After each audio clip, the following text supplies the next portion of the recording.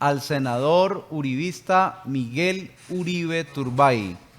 Apreciado doctor Uribe, buenos días, bienvenido a Econoticias de Ecos del Conveima. ¿Los recientes hechos de inseguridad son consecuencia de las decisiones del presidente Petro o por el contrario es un problema heredado de Iván Duque? Juan Pablo, un saludo especial a usted, a toda la audiencia. Muchísimas gracias por la invitación. Y realmente el tema que usted trata es tal vez uno de los temas principales en todas las regiones del país. Mire, el problema de violencia es un problema histórico. Evidentemente no se le puede atribuir el 100% a este gobierno. Ahora, lo que es evidente es que durante los últimos años, particularmente en la última década, la violencia ha venido resurgiendo en diferentes manifestaciones, con diferentes esquemas, pero así ha sido. Ahora, lo que es evidente es que en el gobierno de Gustavo Petro se ha disparado la inseguridad. Es evidente que Gustavo Petro renunció a tener una política seria de seguridad y lo que ha ofrecido es impunidad absoluta a los criminales. La impunidad, es decir, el no castigar a los criminales, a quien comete un crimen, lo único que hace es profundizar la violencia, Juan Pablo, y es lo que estamos viendo. Estos supuestos diálogos con el ELN, con las FARC, para lo único que han servido es realmente para el fortalecimiento de estas estructuras. Hemos visto durante de los últimos meses manifestaciones de cómo tanto el ELN como eh, en las FARC se han venido fortaleciendo, pues la FARC por un lado ha venido prácticamente fundando bloques, reorganizando sus estructuras, el ELN según el estudio de la inteligencia de la policía prácticamente lo que deja claro es que ha utilizado la mesa de negociación como un esquema para fortalecerse. Según la Defensoría del Pueblo, de los 1.103 municipios, 400 están bajo el control territorial del ELN, FARC y Clan del Golfo. Hay ya más de 1.000 organizaciones dedicadas al narcotráfico. Entonces, vuelvo, repito, todo este contexto, aunque no nació con este gobierno, se ha venido empeorando. Lo que estamos viendo, por ejemplo, en el sur del país, particularmente en el Cauca o el Valle, pues es evidentemente eh, el conjunto del crecimiento de esas estructuras, la debilidad institucional de este gobierno, la flexibilidad de Gustavo Petro con los criminales y evidentemente un gobierno además que prácticamente tiene absolutamente debilitadas las fuerzas militares. Entonces, ese es un tema central, pero que no solo se manifiesta en la ruralidad, también se manifiesta en las ciudades.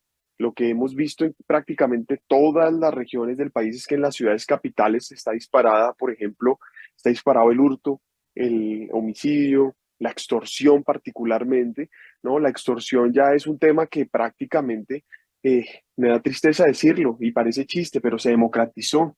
Es decir, la extorsión es a todo aquel que produce un centavo, un vendedor informal, aquel que vende una arepa en una esquina.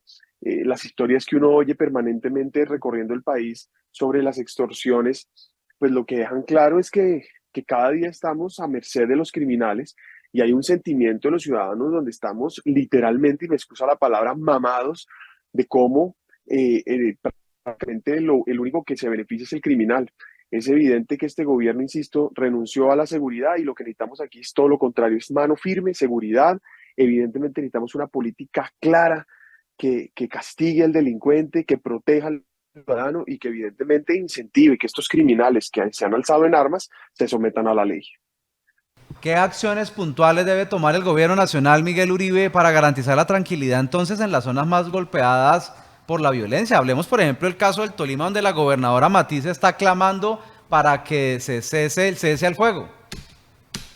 Bueno, precisamente ese es el primero. El, Desafortunadamente el cese al fuego que ha planteado el gobierno, pues de alguna manera ha justificado la política de Petro de mantener resguardado a a la fuerza pública, mientras que los criminales impunemente andan por todos los territorios. Además, cuando hay diferentes estructuras criminales y el cese al fuego es solo con algunas de ellas, pues limita la capacidad de acción del gobierno, en este caso de las fuerzas militares. Al mismo tiempo, estos ceses al fuego, pues prácticamente están siendo utilizados, como le digo, por estas estructuras para fortalecerse, para delinquir impunemente. Desafortunadamente no hay verificaciones serias a todo este proceso. Es realmente diría yo, una una estrategia absolutamente fallida por parte del gobierno.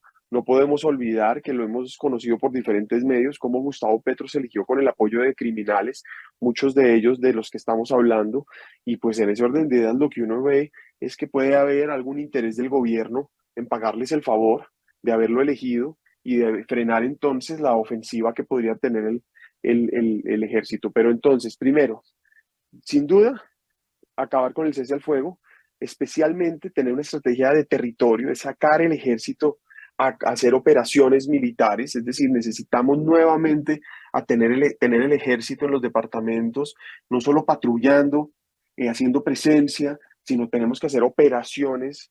Desafortunadamente Petro ha venido desboronando la inteligencia de las fuerzas militares, necesitamos fortalecerla. La inteligencia finalmente que se ha venido construyendo o la capacidad de inteligencia, es decir, de investigación, eh, de contrainteligencia del gobierno, de las fuerzas militares durante los últimos 20 años ha sido fundamental y eso requiere pues que se mantenga así. Se necesita honrar a los policías y a los militares, apoyarlos. Cuando la moral está baja es evidente que la eficiencia de las fuerzas militares y de la policía no es la misma. Tenemos un gobierno que mientras prácticamente empodera a los criminales, criminaliza a la fuerza pública. Se demoró muchos meses, por no decir años, en lamentar la muerte sistemática de policías como vienen matándolos, por ejemplo, en el Cauca. Ha guardado silencio de las masacres, de los líderes sociales, y mientras tanto, cada vez que hay un muerto, un asesinado, un muerto de las FARC o del ELN, prácticamente el presidente pone el grito en el cielo. Se necesita coordinación entre la policía y el ejército, se necesita un ministro que no sea indolente, que no sea indiferente, que trabaje en conjunto con los gobernadores y con los alcaldes. Se necesita poner en cada región, en cada brigada y a su vez en cada departamento oficiales que estén dispuestos a dar la pelea. He recibido muchas quejas de algunos gobernantes donde prácticamente los oficiales que ponen tienen una orden directa del presidente de no seguir instrucciones del gobernador, por ejemplo. Es importante perseguir el narcotráfico. No podemos perder de vista que es el narcotráfico la economía ilegal por excelencia que financia el delito y la violencia en Colombia.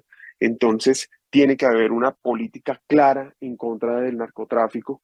Y por último, tiene que haber políticas claras de seguridad ciudadana, como le digo, que combatan la, la extorsión. Y para eso son organizaciones de crimen organizado que se desarticulan con investigación criminal y con inteligencia, capacidades que la policía tiene de sobra y que tienen que ser explotadas precisamente para desarticular estas organizaciones que están asfixiando a los ciudadanos. Senador, el gobierno y el ELN firmaron el primer punto de la agenda de diálogos. ¿Qué opina de este acuerdo y cree, como lo han hecho algunos, como por ejemplo el exar anticorrupción y líder de la séptima papeleta, Óscar Ortiz, que le abre una puerta por atrás a una constituyente? Mire, realmente la constituyente en Colombia solo tiene un camino legal constitucional, que es el que ya conocemos, que evidentemente, que es el artículo 376 de la Constitución Política, que no es otra cosa que llegar al Congreso de una ley y de ahí a la Corte Constitucional y finalmente al pueblo colombiano. Ese es el camino constitucional, pase lo que pase, haya o no haya proceso de paz, haya o no haya diferentes motivos sociales o ciudadanos. Aquí lo que Gustavo Petro y algunos otros aliados del gobierno están buscando es precisamente generar una narrativa para obligar o presionar a la sociedad colombiana a que vayamos a una constituyente por fuera del marco constitucional, porque Gustavo Petro sabe que no tiene la capacidad de promover una constituyente con las reglas actuales de la Constitución. Pero lo que es evidente es que Colombia no puede seguir eh, digamos, diría yo, ajustando su marco institucional, su constitución, a conveniencia de los criminales. Es decir, por favor, Juan Pablo, es evidente que primero es el peor mensaje para la sociedad colombiana, de modo que la inmensa mayoría de colombianos que cumplimos la ley, que a pesar de las dificultades, las familias que a pesar de las dificultades cumplen la ley, trabajan fuertemente, unos incluso sobreviven diariamente, literalmente, de manera honrada. Resulta entonces que ante un grupo de criminales, que es la inmensísima minoría de Colombia, vamos a cambiar la constitución, la arquitectura institucional, darles prebendas y beneficios, porque resulta que entonces el camino que Colombia escoge cada cierto tiempo es modificar su constitución y sus leyes para entonces premiar a criminales. No, no, eso simplemente es absolutamente rechazable e imperdonable. Ya Colombia ha cometido ese error en el pasado, no puede seguir haciendo. Colombia tiene más de 33 procesos de paz en su historia y seguimos siendo un país absolutamente violento. Y la paz tiene que quedar claro, no se consigue con impunidad, se consigue con seguridad. Es que seguridad es el único camino para vivir pacíficamente. La seguridad es lo único que hace que un criminal deje las armas y se someta a la ley. La seguridad es lo único que hace que un ciudadano tenga incentivos claros para no delinquir. Entonces diría que no podemos correr, no podemos caer en la trampa de Petro y los suyos de que nos sigan casi que chantajeando con el cuento de la constituyente. Porque además, Juan Pablo, para que quede claro, Colombia no necesita para arreglar los problemas históricos y fundamentales de este país una constituyente. Lo que necesita es un buen presidente.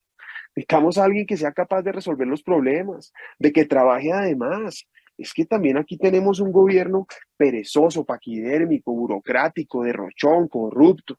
Aquí necesitamos un gobierno, especialmente un presidente, que se ponga las botas, que salga, que recorra. El presidente me he dicho, ante lo que pasó en el Cauca, eh, debió haber ido hace semanas. Y lo que pasa, lo que es evidente es que Petro llega tarde a todo.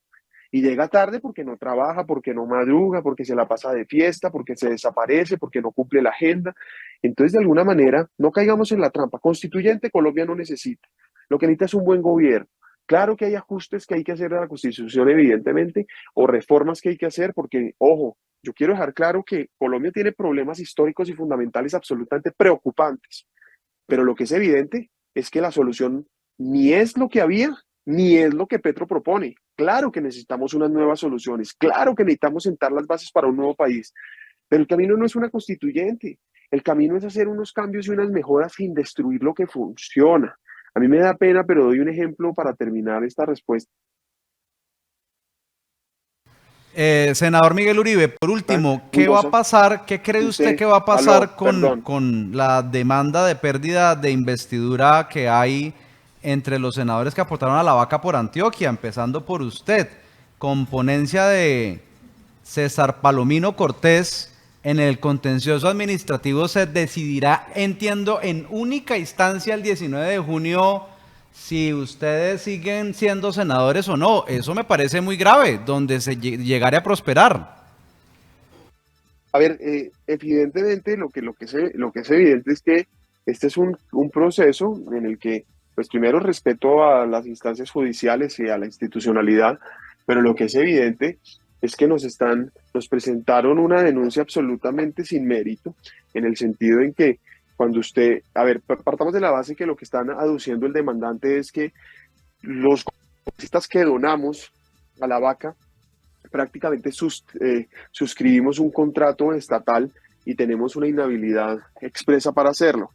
Pues es evidente que hacer una donación no es un contrato, pero además es prácticamente un aporte voluntario, de modo que si yo, voy a poner un ejemplo, yo en mi declaración de renta hago un aporte voluntario, ¿será que entonces estoy cometiendo una infracción y entonces no, estoy prácticamente inhabilitado para seguir ejerciendo como senador? No, no, eso obviamente no tiene ningún fundamento. Es que aquí no estamos haciendo un contrato con la gobernación de Antioquia, estamos haciendo una donación para precisamente contribuir a una infraestructura que es absolutamente fundamental para el país, que Gustavo Petro no quiere terminar por absoluto resentimiento. Entonces, pues yo espero y confío en la decisión del Consejo de Estado y evidentemente hemos hecho todo lo que amerita pues para demostrar que eso no, que no solamente no se sustrajo un contrato, sino además hemos buscado pues darle todos los elementos al juez. Pero iba a terminar con esto y termino con esto, Juan. Yo le decía, mire, Petro lo que está haciendo prácticamente es lo que voy aquí a plantear. Cuando uno en la casa de uno se le daña una baldosa en un baño, en una cocina, La baldosita que se rompe es la baldosa que uno cambia. Yo no conozco una familia que por arreglar una baldosa en el baño, o dos o tres, rompa todo el piso y vuelva a poner el piso para arreglar las baldosas. Uno arregla la baldosa rota, no todo el piso que funciona. Y prácticamente Petro es lo que está haciendo en el país. Con el cuento de arreglar la baldosa rota que existe, lo que nos quiere es cambiar el piso entero, en todos los temas, en lo pensional, en la salud, en lo laboral, y lo que está haciendo es generando desgaste, corrupción, derroche, ineficiencia, malestar, agravando los problemas. Eso es prácticamente el resumen. Y hoy todo se agrava con este gran escándalo de la unidad de riesgo, donde nos están confesando que el mismo gobierno tenía una bolsa de más de 180.000 millones de pesos para comprar senadores para aprobar estos proyectos. Eso es absolutamente preocupante, gravísimo lo que está pasando, que además desde aquí aprovecho para mandarle un mensaje al Congreso. Hay que frenar ya el trámite de todas las reformas. Carecen de toda la legitimidad frente a las denuncias que se han hecho y frente a las confesiones que hay. Porque si se le está pagando a los congresistas para aprobar las reformas de Petro, pues es evidente que hay que frenarlas inmediatamente. Senador Miguel Uribe, gracias por estar en Econoticias, muy amable. A usted, querido Juan Pablo, gracias siempre por la invitación. Un saludo especial a todos los amigos del Tolima y a usted siempre. Gracias.